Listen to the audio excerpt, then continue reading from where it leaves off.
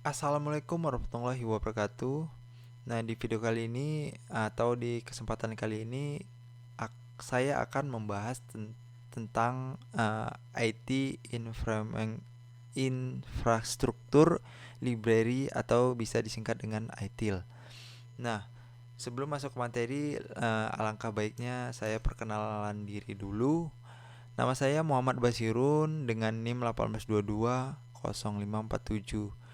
Ini adalah UTS dari dosen pengampu Ibu Tika Kristi MKom. Nah, langsung saja kita masuk ke materinya. Yang pertama adalah apa itu ITIL? Nah, ITIL merupakan framework pada IT Service Management yang praktis untuk melakukan identifikasi, planning, delivering, dan support layanan IT bagi bisnis. Nah, itu adalah ITIL. Nah, sejarah ITIL. Nah, ini ada sejarahnya.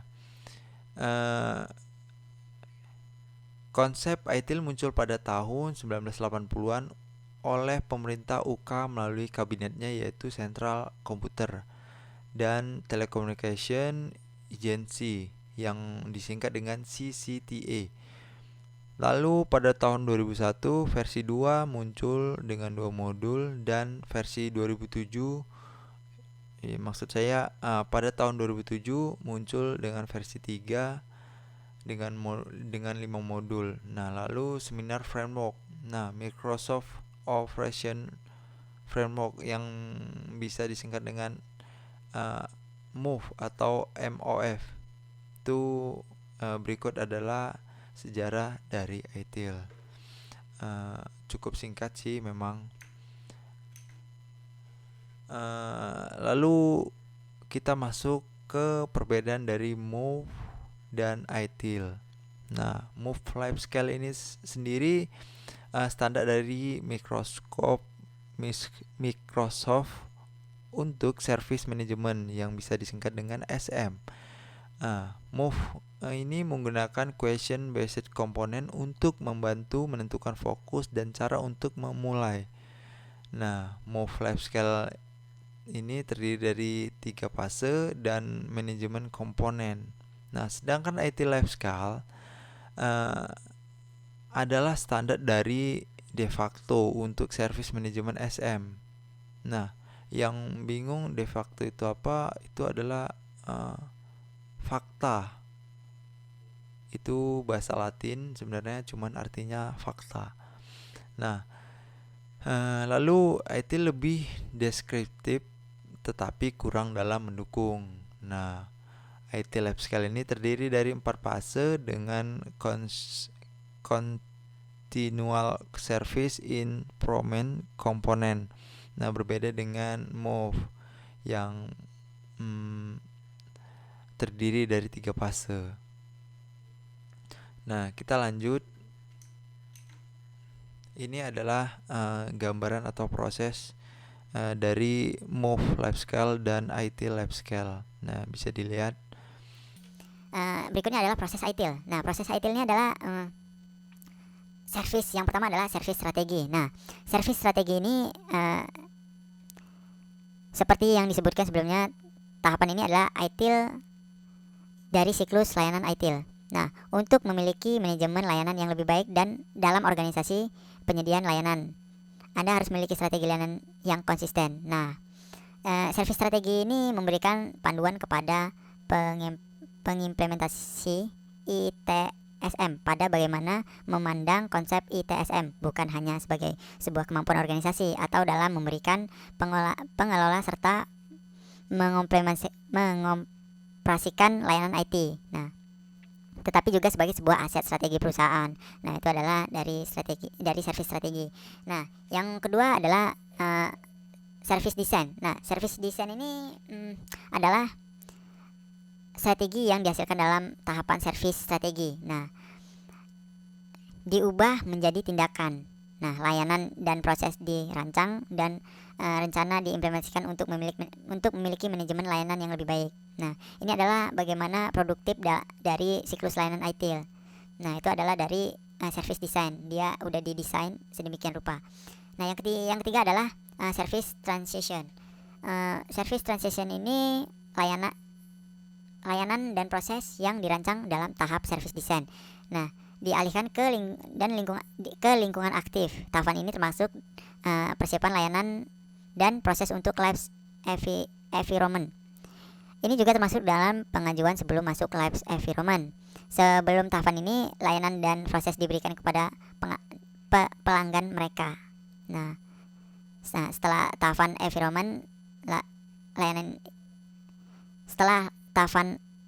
maksudnya layanan dan proses diberikan kepada pelanggan mereka. Nah, gitu ya. Yang keempat adalah service operation. Nah, itu maksudnya.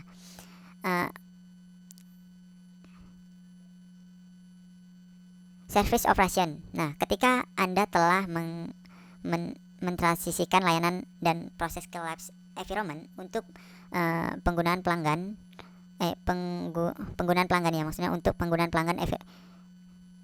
Pengolahan layanan dan proses ini dilakukan dalam tahapan service operation.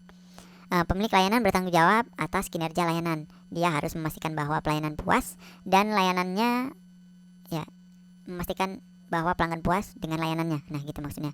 Dia harus melaporkan setiap masalah besar ketika muncul. Pada tahap ini organisasi terikat pada perjanjian tingkat layanan dengan pelanggan. Nah, itu adalah service operation. Nah, lalu yang terakhir adalah continual service improvement. Nah, adalah tahapan continual service improvement. Layanan dan proses direncanakan, dirancang, dan diimplementasikan berdasarkan target dan ditentukan semula. Nah, manajemen layanan yang lebih baik membutuhkan pemantauan dan pengendalian layanan progresif seperti semua tahapan siklus layanan IT lainnya. Tetapi ini terkait dengan tahap service strategi. Nah, indikator kinerja utama untuk menentukan apakah layanan bekerja operasional dan pemilik layanan harus memastikan bahwa layanan sesuai dengan target strategi yang terkait dengan layanan IT tersebut. Itu adalah proses ITIL. Nah, selanjutnya adalah keuntungan ITIL. Nah, keuntungan ini bisa kita lihat poin-poinnya adalah yang pertama adalah peningkatan layanan IT. Nah, ini adalah keuntungan pertama. Nah, yang kedua adalah mengurangi biaya. Yang ketiga, meningkatkan keputusan pelanggan melalui pendekatan yang lebih profesional untuk pelayanan. Nah, yang keempat adalah peningkatan produktivitas. Yang kelima, meningkatkan penggunaan keterampilan dan pengalaman. Yang terakhir adalah peningkatan penyediaan layanan pihak ketiga. Nah, itu adalah keuntungan dari ITIL. Nah, selanjutnya adalah kualifikasi ITIL. Nah, level kualifikasinya yang pertama adalah yayasan ITIL. Nah, bisa dilihat di sini. Yang pertama ini adalah yayasan ITIL. Nah, yang kedua tingkat menengah ITIL. Nah, yang berada di sini. Dan yang ketiga, ITIL mengelola sepanjang siklus hidup. Nah, ini dari yang tiga ini, yang angka 3 ini. Nah, yang keempat adalah tingkat ahli ITIL. Nah, ini adalah tingkat ahli ITIL, udah pro ya. Yang kelima adalah, nah ini adalah kualifikasi master ITIL. Nah, itu adalah kualifikasi ITIL atau level kualifikasi. Nah, selanjutnya adalah cara mengimplementasikan ITIL. Yang pertama adalah merancang proses yang ada. Nah, kita harus merancang proses yang sudah ada. Atau ya begitulah. Yang kedua adalah melakukan GAP analisis. Nah,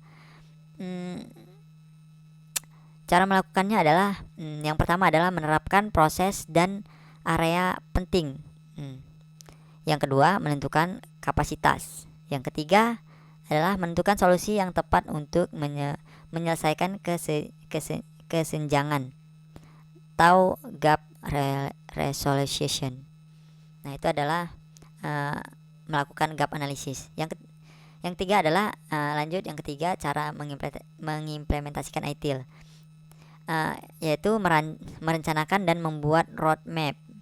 Nah, yang keempat adalah mengimplementasikan, mengkomunikasikan dan mengukur. Dan yang terakhir adalah melakukan peningkatan secara terus-menerus. Nah, itu adalah cara mengimplementasikan ITIL. Nah, lanjut, ini adalah 10 hal yang manajer harus tahu dalam mengimplementasikan ITIL.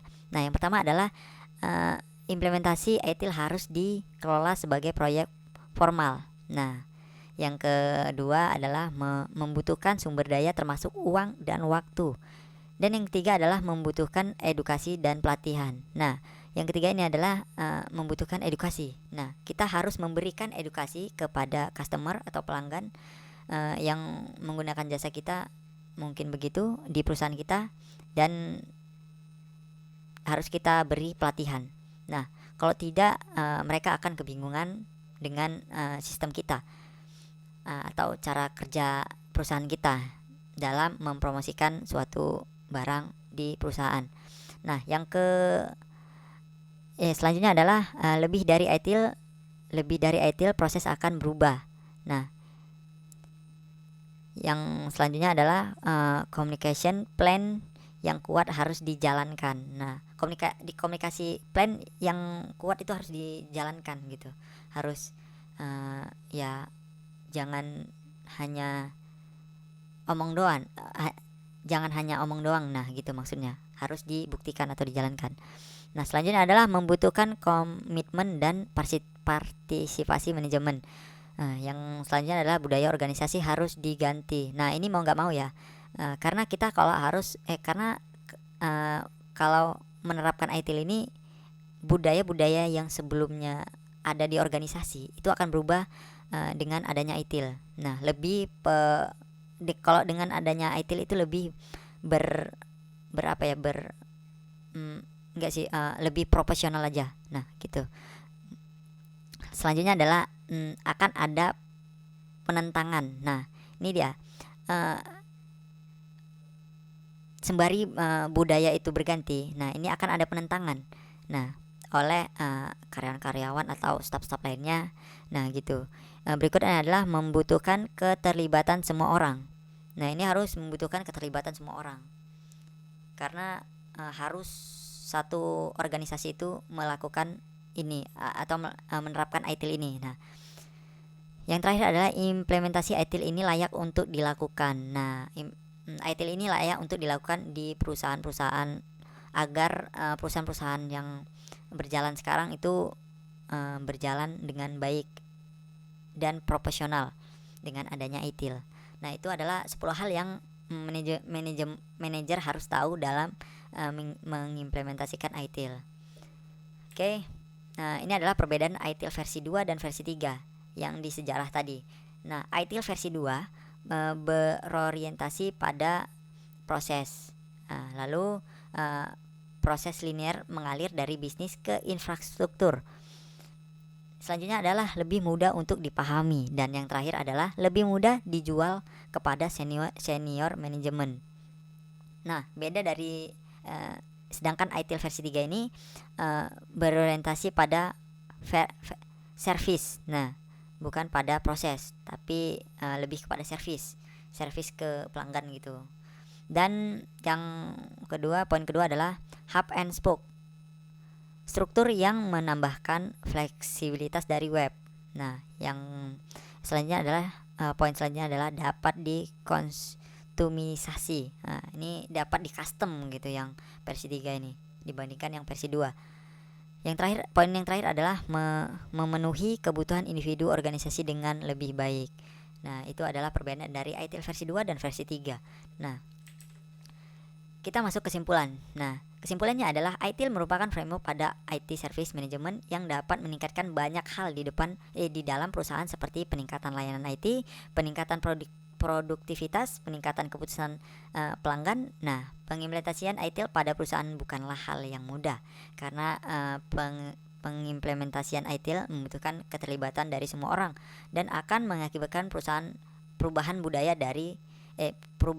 di dalam perusahaan, sehingga akan mendapat banyak penentangan dari banyak pihak, seperti implementasi tetapi implementasi ITIL ini layak untuk dilakukan. Nah, itu adalah kesimpulan dari pembahasan kita ini. Nah, cukup segitu aja. Saya Muhammad Basirun. Wabillahi taufiq wal hidayah. Wassalamualaikum warahmatullahi wabarakatuh. Maaf kalau ada salah-salah kata yang saya ucapkan dan tidak lengkap yang saya informasikan.